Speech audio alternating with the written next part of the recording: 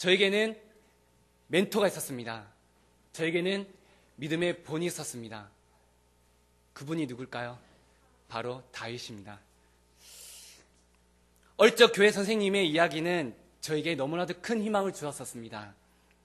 있잖아, 다윗은 어린 아이인데도 불구하고 그 거대한 골리앗을 물리쳤단다. 하나님 앞에 아무리 거대한 사람이 와도, 아무리 무서운 일이 닥쳐도, 아무리 힘들어도 하나님만 믿으면, 하나님께 기도하면 승리할 수 있어. 우리 창규도 다윗처럼 하나님 믿고 열심히 기도하렴. 하나님께서 너를 지켜주실 거야.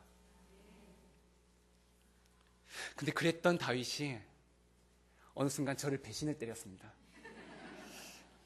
어떻게 성경 인물이 저를 배신을 했냐고요? 머리가 자라고 키가 자라면서 성경에 대해서 많은 것을 알게 되었습니다. 그 중에서 너무나도 큰 충격이 저에게는 다가왔습니다. 그것이 무엇이냐면 자신의 충복인 우리아를 죽였습니다. 그뿐만 아니라 그의 아내를 자신의 아내로 삼았습니다. 아마 남들은 그래, 다윗도 사람인데 뭐 그럴 수 있겠지 하고 넘어갔을 수 있었을 것입니다. 하지만 그 다윗이 저에게 누구라고요? 멘토였습니다. 저희 믿음의 본이었습니다. 너무나도 큰 충격이었습니다. 어떻게 하나님의 사람이, 근데 하나님도 저와 똑같은 마음이었는가 봅니다. 그 죄로 인해 그 뒤에 다윗은 큰 아픔을 겪는 것을 봅니다. 먼저 처하였던 밧세바의 처자들이 7일 만에 죽고요. 그리고 아들 암논이 배다른 동생 다말을 사모해서 동침을 하고 나서 그 다음에 마음이 내키지 않자 쫓아버립니다. 그것에 울분을 가지고 있던 같은 배에 태어났던 압살롬이 2년 뒤에 그 형제인 암논을 종을 통해서 죽입니다. 이 압살롬은 또한 도망을 갔다가 요압의 지혜로 다시 돌아오지만 아버지 다윗은 압살롬을 마주하지 못합니다. 왜일까요? 어찌 너희 형제를 죽일 수 있어? 내가 어떻게 내 얼굴을 볼 수 있니? 라고 마음을 생각했었을 것 같습니다. 아마 다윗은 압살롬을 보면 다말과 암논의 얼굴이 떠올랐을 것입니다. 그러기를 5년 다윗은 약 56세, 압살롬은 약 24세 때였습니다. 압살롬이 아히도벨과 함께 헤브론으로 가서는 모반을 일으켰습니다. 이 아들을 죽일 수 없던 다윗은 예루살렘, 벳메르아, 기드론 시내, 감람산, 마루턱에 이르기까지 계속 쫓기는 신세가 되었습니다. 이렇게 압살롬에게 쫓길 때 쓴 시, 그 시가 바로 시편 3편입니다. 너무나도 처참했습니다. 아들이 태어나자마자 죽고 딸이 부끄러운 일을 당하고 아들이 서로 살해를 하고 또 다른 아들은 자기를 죽이려 하니 이 무슨 날벼락인지. 만일 다윗이 이런 상황에서 하나님 원망하고 아들을 대체해서 아들을 죽였다면 아마 다윗은 오늘날 우리가 기억하는 다윗이 아니었을 것입니다. 더 나아가서는 다윗의 후손으로 예수님께서 태어나지 않으셨을지도 모르겠습니다. 저는 이런 상황에서 다윗이 너무나도 미웠습니다. 왜일까요? 저희 멘토였거든요. 그 뒤에 저는 한동안 너무나도 다윗이 미워서 다윗이 이야기가 나왔던 말씀을 보지 않았던 걸 기억합니다. 근데 어느 날 목사님이 말씀을 하시는데 그것이 저에게는 너무나도 큰 충격으로 다가왔습니다. 그 뒤에 놀라운 것을 제가 발견했던 것입니다. 아, 이래서 다윗이 정말 위대한 왕이었었구나. 다윗이 위대했던 이유 단 한 가지, 그것은 어떤 상황에도 굴복하지 않던 믿음이었습니다. 하나님, 나의 대적이 어찌 그리 많은지요. 일어나 나를 치는 자가 너무나도 많습니다. 많은 사람이 내게 하나님께 구원받지 못한다고 합니다. 그러나 하나님, 저는 압니다. 주는 방패시요 나의 영광이시요 나의 머리를 드신 자이심을 믿습니다. 내가 부르짖는 소리를 들으시고 응답하심을 믿습니다. 나를 붙드심을 믿습니다. 하나님, 저는 두려워하지 않겠습니다. 나를 구원해 주소서. 악인을 하나님께서 꺾으실 것을 믿습니다. 구원은 하나님께 있으니 주의 복을 주의 백성에게 주시옵소서. 이후 다윗을 핍박했던 압살롬은 결국 하나님께 심판당하였고, 다시 다윗은 왕의 자리에 섰으며 죽을 때까지 하나님 앞에 살았습니다. 그리고 어떤 것보다 가장 중요한 것, 바로 다윗의 자손으로 예수 그리스도께서 태어나셨습니다. 저는 이전보다 더욱더 다윗을 사랑하게 되었습니다. 이 마음이 바로 하나님의 마음임을 저 또한 믿습니다. 저는 다윗의 이야기를 읽으면서 저희 아이들을 바라보았습니다. 저 때만 해도 제 어린 시절은 거의 대부분이 교회에서의 일들이었습니다. 행복했던 기억들은 거의가 다 교회에서 있었던 일들을 기억합니다. 예전에 어릴 적 다니고 있던 교회 뒤에는 공원이 있었고, 그리고 놀이터가 있었습니다. 항상 친구들과 중학생 때도 고등학생 때도 막 뒤에 가가지고 야 친구들하고 놀자 가가지고 땅 따먹기도 하고요, 콜라도 하고요, 그리고 집놀이도 하고요. 집놀이 아시죠? 술래잡기도 하고, 학교 가는 것보다, TV를 보는 것보다 주일날 친구들과 노는 것이 너무나도 좋았던 시절이 있었습니다. 그리고 정말 좋았던 거는 지나가는 집사님, 장로님들이 우리가 예배드리는 예배당에 오셔서 안아주시고요, 맛있는 것도 사가 주시고요, 구역 모임 있을 때면 저도 참여를 해서 거기서 맛있는 것도 먹고 또래 아이들과 놀았던 기억들이 새록새록합니다. 교회는 저에게 뺄 수 없는 인생의 동력자였습니다. 그런데 지금의 현실, 지금의 아이들, 지금의 청소년들,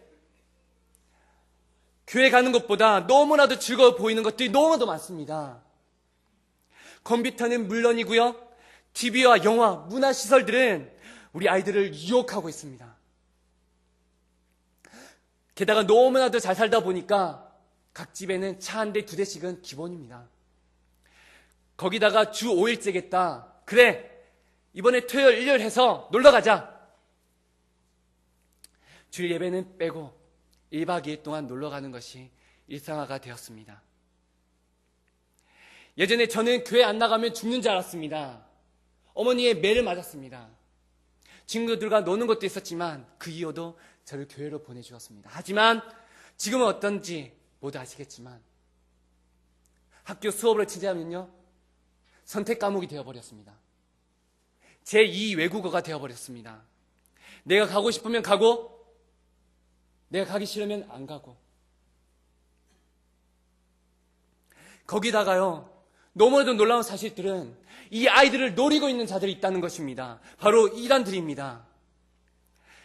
제가 다니는 장신대학교 탁지일 교수님의 말로 인하면 무엇인가 배우고 싶어하고 무엇인가 너무나도 사랑받고 싶어하는 이 아이들이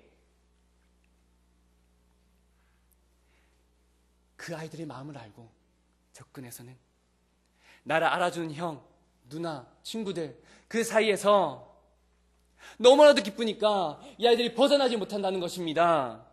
내가 이성적으로는 이것이 맞지 않다고 생각이 들지만 마음속으로는 너무나도 그 사랑이 간지러서 이 아이들이 벗어나지 못한다는 것입니다. 제가 다녔던 교회에 어떤 아이도 그곳에 빠져서 헤어나지 못한다고 얘기를 들었을 때 얼마나 마음이 아팠는지 모릅니다. 신천지뿐만 아니라 하나님의 교회, JMS 등은 이 이단들은 이 아이들을 빼앗아 가버립니다. 마치 다윗 앞에 골리앗처럼, 마치 압살롬처럼 노리는 사람들, 너 하나님 믿지 마, 그럼 살려줄게, 너 내 편 되자, 그럼 내가 너의 길을 보장해 줄게 하고 외치고 있습니다. 우리 때의 골리앗은 약 2m의 키를 가지고 있었다면 지금의 아이들 앞에 서 있는 골리앗은 약 3m가 되는 것 같습니다.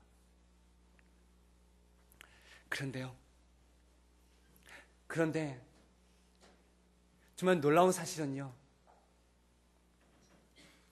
그런 세상 속에서 우리 아이들이 앞에 나와서 예배를 드린다는 것입니다. TV를 보지 않고 말씀을 들으러 옵니다. 친구들에게 어떻게 보면 우리들에겐 사소해 보인 일일 수도 있겠지만 아이들에겐 친구란 나의 동반자이고 TV의 연예인은 나의 우상과 같습니다. 그런데 그런 동반자와 우상을 버리고 나옵니다. 그 수많은 유혹들을 이기고 나오는 우리 아이들, 과연 진정한 믿음을 가진 용사들이 아닐까요? 저는 이 아이들이 1대 100이라고 생각합니다. 지금의 아이들은 블레셋의 골리앗과 압살롬 앞에 서 있습니다. 그들에게는 무기가 필요하고 갑옷이 필요합니다. 그 무엇보다 하나님을 의지하는 믿음이 필요합니다.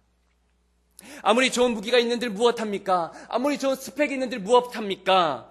사회 경제 속에서 서울대를 나와도 서울대 역 앞에서 누워 잘 수밖에 없는 상황이 있는데, 갑옷이 있는들 무엇합니까? 나를 방어해줄 인맥, 물질, 돈이 있으면 무엇을 합니까? 일본의 쓰나미처럼 하나님의 재앙 앞에 모두 다 소용이 없게 되어버리는데, 진정한 용사, 하나님을 향한 용사, 믿음의 용사를 만들어야 합니다. 그 용사는 아무렇게나 돼서 만들어지는 것이 아닙니다. 누가 만드느냐? 저는 여기 계신 우리 영적 부모님이라고 생각합니다. 우리 아이들도 다윗의 고백처럼 어려울 때, 힘들 때마다 하나님을 찾고 하나님께서 지켜주실 것이라 믿습니다 라고 고백하는 아이들로 자랐으면 좋겠습니다. 남들은 너는 실패자야, 너는 아무것도 할 수 없는 아이일 뿐이야 라고 조롱할지라도, 아니야, 나는 하나님의 아들이야, 하나님의 딸이야, 내게 능력 주시는 자 안에서 내가 모든 것을 할 수 있어 라고 고백하는 아이들이 자랐으면 좋겠습니다. 그렇게 되기 위해서는 스펙보다, 능력보다, 갑옷보다, 인맥, 물질, 돈보다 믿음이 먼저 생겨져야 합니다. 믿음을 가지고 있던 다윗에게 하나님께서 능력, 스펙을 주셨습니다. 돌팔매로 그 하나로 골리앗을 쳐부셨습니다. 귀신도 쫓아내는 수금을 켜는 음악적 재능을 주셨습니다. 어떤 전쟁을 나가도 백전백승하는 승리를 주셨습니다. 나라를 잘 다스릴 수 있는 지혜를 주셨습니다. 시편 150편 중 73편이나 지을 수 있도록 지식도 허락해 주셨습니다. 그리고 믿음을 가지고 있던 다윗은요, 하나님께서 위대한 장군들, 동력자를 붙여주셨습니다. 뭐든지 해낼 수 있는 용기도 주셨습니다. 또한 물질도, 부귀도 허락하셨습니다. 왜 주셨을까요? 바로 믿음이 있었기 때문입니다. 저는 이 자리에 있는 모든 중학생, 학생들이 한가닥 하는 인물이 되었으면 좋겠습니다.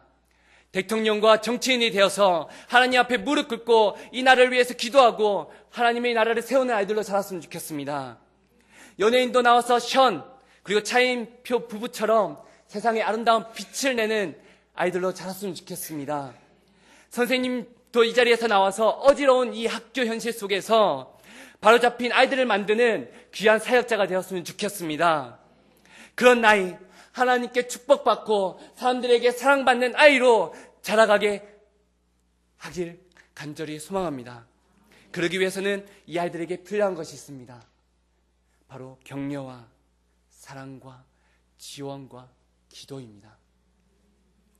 이 세상에서 경쟁 속에서 사는 아이들을 위해서 항상 격려해 주십시오. 메말라버린 세상 속에서 사랑을 전해 주십시오. 아이들이 믿음 속에서 잘 자라도록 물질적으로나 전신적으로 지원해 주십시오. 그리고 마지막으로 하나님께 축복받는 아이로 자랄 수 있도록 기도해 주십시오. 이것이 교육을 맡은 저와 우리 교회와 그리고 이곳에 있는 우리 성도님들의 책임이고 주어진 역할임을 믿습니다. 기도드리겠습니다. 하나님 아버지 감사합니다. 우리 양정 중등부 아이들이 계속 교회에 나올 수 있도록 인도해 주신 것을 감사드립니다. 근데 하나님, 우리 아이들이 너무도 악한 문화 속에서 노출되어 있습니다. 컴퓨터를 켜면, TV를 켜면 친구들과 이야기하면 나오는 것들이 성과 폭력과 물질주의입니다. 마치 당당하게 서서 깔보는 골리앗처럼 수많은 군사를 거느리고 쫓아오는 압살롬처럼 다가와서 유혹하고 이들을 시험에 들게 합니다.